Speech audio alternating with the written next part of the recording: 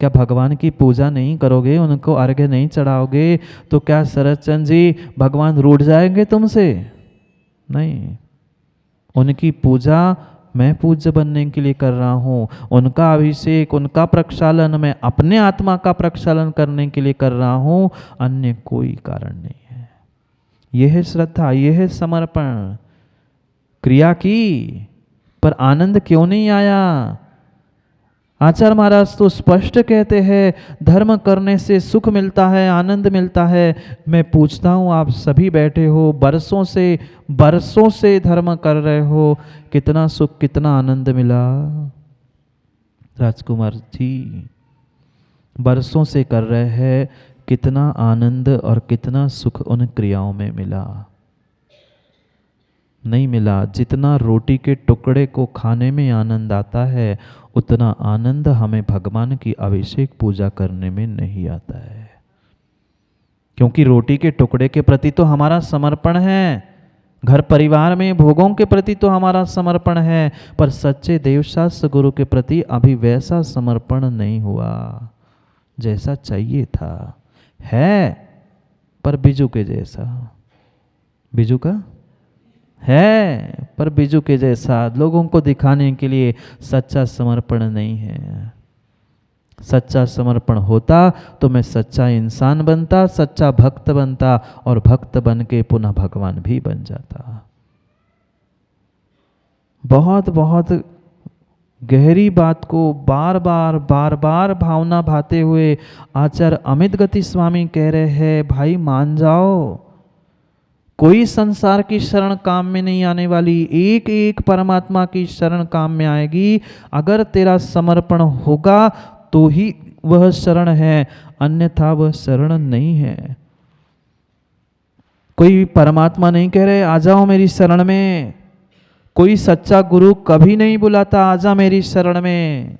ये मेरा स्वयं का विवेक, मेरा स्वयं का समर्पण होता है कि मुझे किस, कहाँ और कैसे समर्पित होना है। जब तक मेरे भीतर किसी भी प्रकार का विकार, कषाय, विषय भोगों की चिंता होगी तो जीवन में कभी भी आगे हम उन्नति नहीं कर सकते, किंचित भी नहीं कर सकते। और यही तो भूल हुई, हम समर्पित तो होना चाहते हैं, देव शास्त्र गुरु की सेवा, उनके प्रति सब कुछ करना चाहते हैं, पर भीतर में बैठे हुए जो कषाय है, भीतर में बैठे हुए जो हमारे विकृत परिणाम है, वह हम आज तक छोड़ नहीं पाए। क्या करें, क्या करें? एक एक समय जो हमें कीमती मिला था, उस कीमती समय का और कीमती साधनों का हमने उपयोग करना नहीं सीखा है। आज तक हम अपने मस्तिष्क की शरण जाते रहे, हृदय की शरण में नहीं पहुंचे। अंतर समझना। जितना काम हमने माँ आज तक किया, वह हमने दिमाग से किया, प्रत्येक स्थान पर गणित लगा के किया कि 2 रुपये दूंगा तो 5 रुपये रिटर्न मिल जाएंगे, इतना करूँगा तो इतना मिल जाएगा। ये सब कुछ काम मैंने अपने मस्तिष्क से, दिमाग से, बुद्धि से किया था। बुद्धि की शरण काम की नहीं है, हृदय की शरण चाहिए। हृदय से, भीतर से शरण प्राप्त करना है, क्योंकि बुद्धि से जो शरण है वह तुम्हें बिजू का बनाएगी, और हृदय से जो शरण है, हृदय में जो शरण है, वास्तव में वही तुम्हें परमात्मा बनाएंगे। निर्णय करना है, माँ किससे शरण जाना है, किसकी शरण जाना है? परमात्मा की तो जाना है, पर बुद्धि से शरण मत जाना। जब भी बुद्धि मस्तिष्क बीच में आएगा, तब तुम्हारी शरण अशरण ही हो जाएगी, क्योंकि वहाँ भी तुम परमात्मा और गुरु के चरणों में सोचोगे कि कितना मिलेगा, क्या मिलेगा, कुछ मिलेगा कि भी नहीं मिलेगा। और जहाँ ये मैंने सोच लिया, वहाँ पक्का मान लिया तुम्हारा सच्चा समर्पण नहीं है, शरण नहीं है, काम बिगड़ गया। इसी से तो आज तक के हमारे काम बिगड़े कि आचार्यों ने कह दिया सुख मिलता है, आनंद मिलता है, कर्म धुलते, सब कुछ होता है, हो क्यों नहीं रहा? क्योंकि आज तक हमने अपने भीतर की कषायों को निकालकर बाहर करना नहीं सीखा। नहीं सीखा। आचार्य महाराज पिछली भी गाथाओं में कह रहे थे, पुनः आज हम इस श्लोक में समझाने वाले हैं कि जैसे ही अग्नि का सानिध्य मिलता है वह घी और मक्खन अपने आप पिघलता है। जरूरी नहीं है कि बिल्कुल अग्नि पे रखने पर ही वह घी या मक्खन पिघले। देखा कभी? थोड़ी सी भी आंच मिल जाए उस मक्खन को, वह तुरंत ही पिघलने लगता है। थोड़ी सी सूर्य की किरण आती है, तुरंत ही वह बर्फ पिघलने लगता है। फिर सूर्य की किरण से, उष्णता की, अग्नि की आंच से वह मक्खन बर्फ दोनों पिघल सकते हैं। हम अब तक क्यों नहीं पिघले? हम परमात्मा के भी पास पहुंचे पर वहां पहुंचकर भी हम पिघल नहीं पाए। हमारी मान कसाय, हमारी जितने जितने भय, शोक, निद्रा, चिंता, जितने दोष है, वह क्यों नहीं पिघल पाए? पिघल नहीं रहे हैं, मतलब कहीं ना कहीं हम विपरीत मार्ग पे चल रहे हैं। पक्का है, ये पक्का है, हम विपरीत मार्ग पे चल रहे हैं। अगर हमारे सामने बर्फ की चट्टानें कम होने की जगह बढ़ती दिख रही है, वह विषय कसायों के वृक्ष और घनघोर होते हुए दिख रहे हैं, तो ये पक्का है कि हम उल्टा उसमें उसी विषय कसायों का, अहंकार का, पापों का पानी, नीर डाल रहे, खाद डाल रहे हैं और विपरीत दिशा में जा रहे हैं। इसलिए हम सत्यता तक पहुंच नहीं पा रहे हैं। बोध करना है। पुनः 21 नंबर के श्लोक में अमित गति स्वामी कह रहे हैं, तम देवमाप्तम शरणम प्रपत्ति।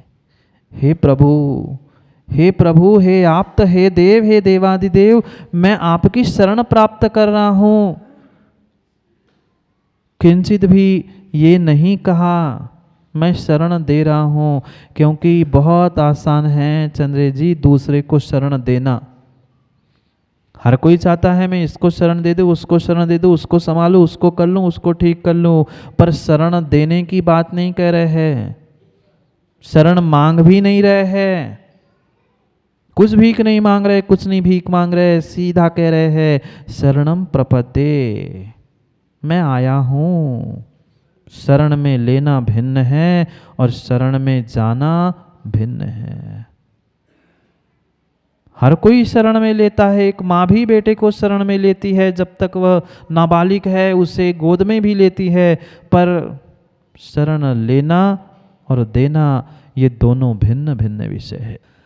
अगर हम उन विषय कसायों से युक्त होते हुए किंचित भी शरण की चर्चा कर रहे हैं तो वह वास्तविक शरण नहीं है। किसकी शरण जाना है? कौन से देवशास्त्र गुरु? किसी का नाम रखने से देवशास्त्र गुरु चंद्र जी नहीं होंगे। सच्चे शास्त्र, सच्चे गुरु और सच्चे परमात्मा की शरण जाना है। उस परमात्मा की ही परीक्षा कर रहे हैं। कौन परमात्मा? कैसे परमात्मा? अरे जो स्वयं ही अपने रोटी, मकान, कपड़े, भूख, प्यास आदि की व्यवस्था कर ले, वो नहीं, वो नहीं, वो नहीं। जो इन सभी विकारों से 18 दोषों से रहित हो चुके हैं, ऐसे वीतरागी प्रभु की बात चल रही है। जिन्होंने मान, माया, क्रोध, विषय, वासना सब कुछ उतार के रख दिया है, उनकी शरण प्राप्त करनी है। हमने शरण प्राप्त की, पर उन्हीं की जो आज तक इन विकारों से युक्त थे, और उसी के लिए की कि हमारा भी मान, हमारा भी सम्मान, हमारी भी पूजा प्रारंभ हो। हाँ, ऐसे भी जीव है, ऐसे भी जीव आज है कि वे भी पूजा करते हैं, प्रतिदिन पूजा करते हैं। भाई क्यों पूजा करते हो चंद्र जी? महाराज जी मैं नहीं करूं सो को काके। अगर मैं ही नहीं पूजा करने जाऊंगा, मैं सास हूं, फिर बहू बेटे को कौन समझाएगा? जा रहे हैं। कारण क्या है पता नहीं, क्यों कर रहे हैं पता नहीं है।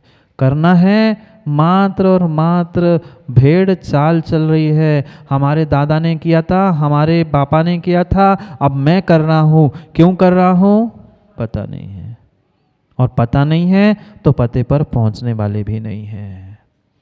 ये परमात्मा एक आदर्श है हमारे लिए, और आदर्श उसे कहते हैं साहित्य भाषा में जो दर्पण होता है। बिल्कुल दर्पण की तरह ये हमारे लिए परमात्मा है। देखना दर्पण में होता है। क्यों माताओं, दर्पण नहीं देखते आप लोग ना? बोलो ना, दर्पण नहीं देखते ना? दर्पण में देखते हो कि दर्पण को देखते हो? सोच समझ के बोलना। बुद्धू जी, दर्पण देखते हो कि दर्पण में देखते हो? यहाँ बैठा हुआ बिरला ही कोई एक आध दो व्यक्ति होगा जो दर्पण में या दर्पण को नहीं देखता होगा। माँ बोलो ना, दर्पण में कि दर्पण को? ये इतने ज्ञानी हैं चंद्रेश जी, वो कहते हैं हम दर्पण को नहीं देखेंगे, हम सीधे दर्पण में देखेंगे। क्या उत्तम चंद जी संभव है? दर्पण को देखे बिना दर्पण में, दर्पण को देखे बिना दर्पण में नहीं देखा जाता, ऐसी परमात्मा को देखे बिना परमात्मा में देखा नहीं जा सकता। पहले परमात्मा को देखने के लिए भक्त की दृष्टि पर चाहिए, तब परमात्मा के भीतर का और तेरे आत्मा के भीतर का भगवान दिख पाएगा, तभी तो तुम भक्त बन के भगवान बन पाओगे। चंद्रेश जी कहते बिना भक्त बने भगवान बनना है। कितनी अच्छी बात माँ, दर्पण में देखते हो ना? अभी बात पूरी नहीं हुई। दर्पण में देखते हो, दर्पण में भी दर्पण को भी देखते हो। माना कि आपकी गाल में गाल पर कुछ कालोंच लगी थी, कालोंच लगी थी और उससे पहुंचना था। क्या करोगे रवि भाई, क्या करोगे? दर्पण देखोगे कि दर्पण में देखोगे? दर्पण को देख के ज्ञानी हो गए। अब रवि भैया कह रहे पहला जी पहले दर्पण को देखेंगे फिर दर्पण में देखेंगे। फिर ऐसा कर लेना, जो गाल पे तुम्हारी कालोंच लगी थी ना, उसे दर्पण को पोंछ देना कपड़े से, साफ हो जाएगी, गाल साफ हो जाएगा। वही तो कह रहे, आप जैसे लोग शीशा ही तो पहुंच रहे हैं, आप जैसे लोग शीशा पहुंचने में लगे हैं, कांच पहुंचने में लगे हैं। महाराज जी दर्पण साफ कर लूं मैं साफ हो जाऊंगा, हो जाओगे? नहीं हो जाओगे। फिर साफ कैसे होंगे? उत्तम चंद जी कहते हैं महाराज जी फिर दर्पण की क्या जरूरत, हाथ है मेरे पास, रुमाल है मेरे पास, गाल मेरा है, मैं उससे ही पहुंच लूं ना। धोखे से भी बिना देखे पहुंचना मत। अगर दर्पण में देखे बिना पहुंच लोगे, पूछने की जगह मुंह और पूरा काला करके बैठ जाओगे। भूल यही हुई, भूल यही हुई। रवि बिना देखे, बिना अपने आप को पहुंचे दर्पण को पहुंचना चाहते हैं। दूसरा कोई है वो बिना देखे अपने आप को पहुंचना चाहता है, मैं ही सब कुछ हूं, मैं ही सब कुछ हूं। भूल मत करना, देखना दर्पण में है, पहुंचना अपने आप को है, पहुंचना परमात्मा की शरण में है, और बनाना अपने आप को परमात्मा है। यही निश्चय व्यवहार की व्याख्या है, यही हमें समझना है। क्योंकि परमात्मा को ही आगम में आदर्श कहा है, दर्पण की उपमा देते हुए कहा है। पहुंचना दर्पण को नहीं था, मात्र भगवान का अभिषेक प्रक्षाल करके। मोदी जी खुश मत हो जाना, मैंने भगवान को नहला दिया, मैं तो पुण्य नहीं। वह दर्पण को पहुंचने से उत्तम चंद जी तुम्हारी कर्ममल नहीं धुलने वाली, अभिप्राय अपने आप को भी करने का था। पर इसका अर्थ ये भी नहीं है चंद्रेश जी कल कहो फिर अपने ही आप को धोना है तो मैं ही बाल्टी डालते हुए अभिषेक के पाठ पढ़ लूंगा, ज्ञान निश्चय अपना आत्मा का अभिषेक कर लूंगा। मात्र निश्चय की बात काम नहीं बनेगा, व्यवहार पूर्वक निश्चय में पहुंचना पड़ेगा तो ही काम बनेगा। देखना दर्पण में है पर पहुंचना किसे है? अपने गाल को पहुंचना है। मेरे पास सब कुछ है, भगवान बनने की शक्ति है, मैं ही प्रकाश चंद जी भगवान आत्मा हूं, पर बताएगा कौन?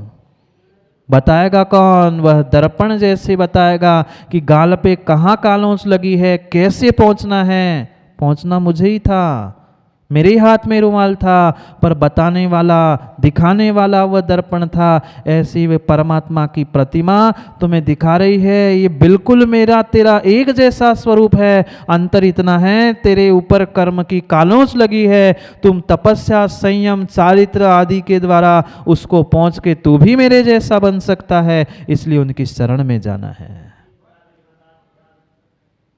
मेरे में तो कर्म कलंक लगे हैं, मेरे में तो प्रति समय चिंता, पता नहीं कितनी सारी बीमारियां मेरे भीतर बैठी है। सबसे बड़ी बीमारी तो ये चिंता है। इतनी चिंता है, हमें स्वयं को नहीं पता है कि मैं चिंता कर किसकी रहा हूं। अपने आप के हर व्यक्ति टटोल के देखना, हर व्यक्ति टटोल के देखना। मुझे पूरा विश्वास है यहाँ जितने जितने शुभम बैठे वो कोई ना कोई चिंता से अभी भी विचार कर रहा है, पता नहीं क्या सोच रहा है। जब से पक्का है, जब से होश संभाला है, तब से कुछ ना कुछ भीतर चिंता है, आकुलता है, बेचैनी है। आज तक उसका रिजल्ट नहीं मिल पाया। मैं किस बात पे आकुल व्याकुल हूँ, किस बात पर चिंतित हूँ। मिला चंद्रे जी, पर बेचैनी नहीं है। एकांत में बैठकर विचार करना, कहीं ना कहीं भीतर गांठ तो है, किसकी है वो नहीं है पता, पर बेचैनी है। जिनके पास न चिंता है, न भूख है, न प्यास है, न निद्रा है, किसी भी प्रकार की कसाय नहीं है, ऐसे परमात्मा की बात कर रहे हैं। पढ़ लो 21 नंबर के श्लोक को, फिर करते हैं बाकी की चर्चा। कैसे परमात्मा और कैसी शरण उसको समझा रहे हैं। येन क्षतामन्मथमान मूर्छा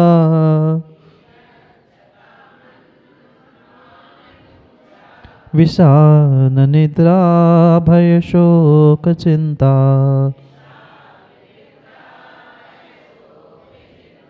क्षयो न लेनेव तरु प्रपंच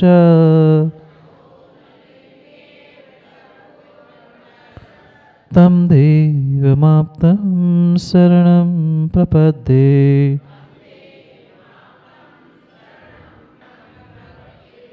तम देवमाप्तं शरणं प्रपद्ये। हे परमात्मा, हे देवादिदेव, मैं आपकी शरण में आया हूँ। क्यों आया हूँ?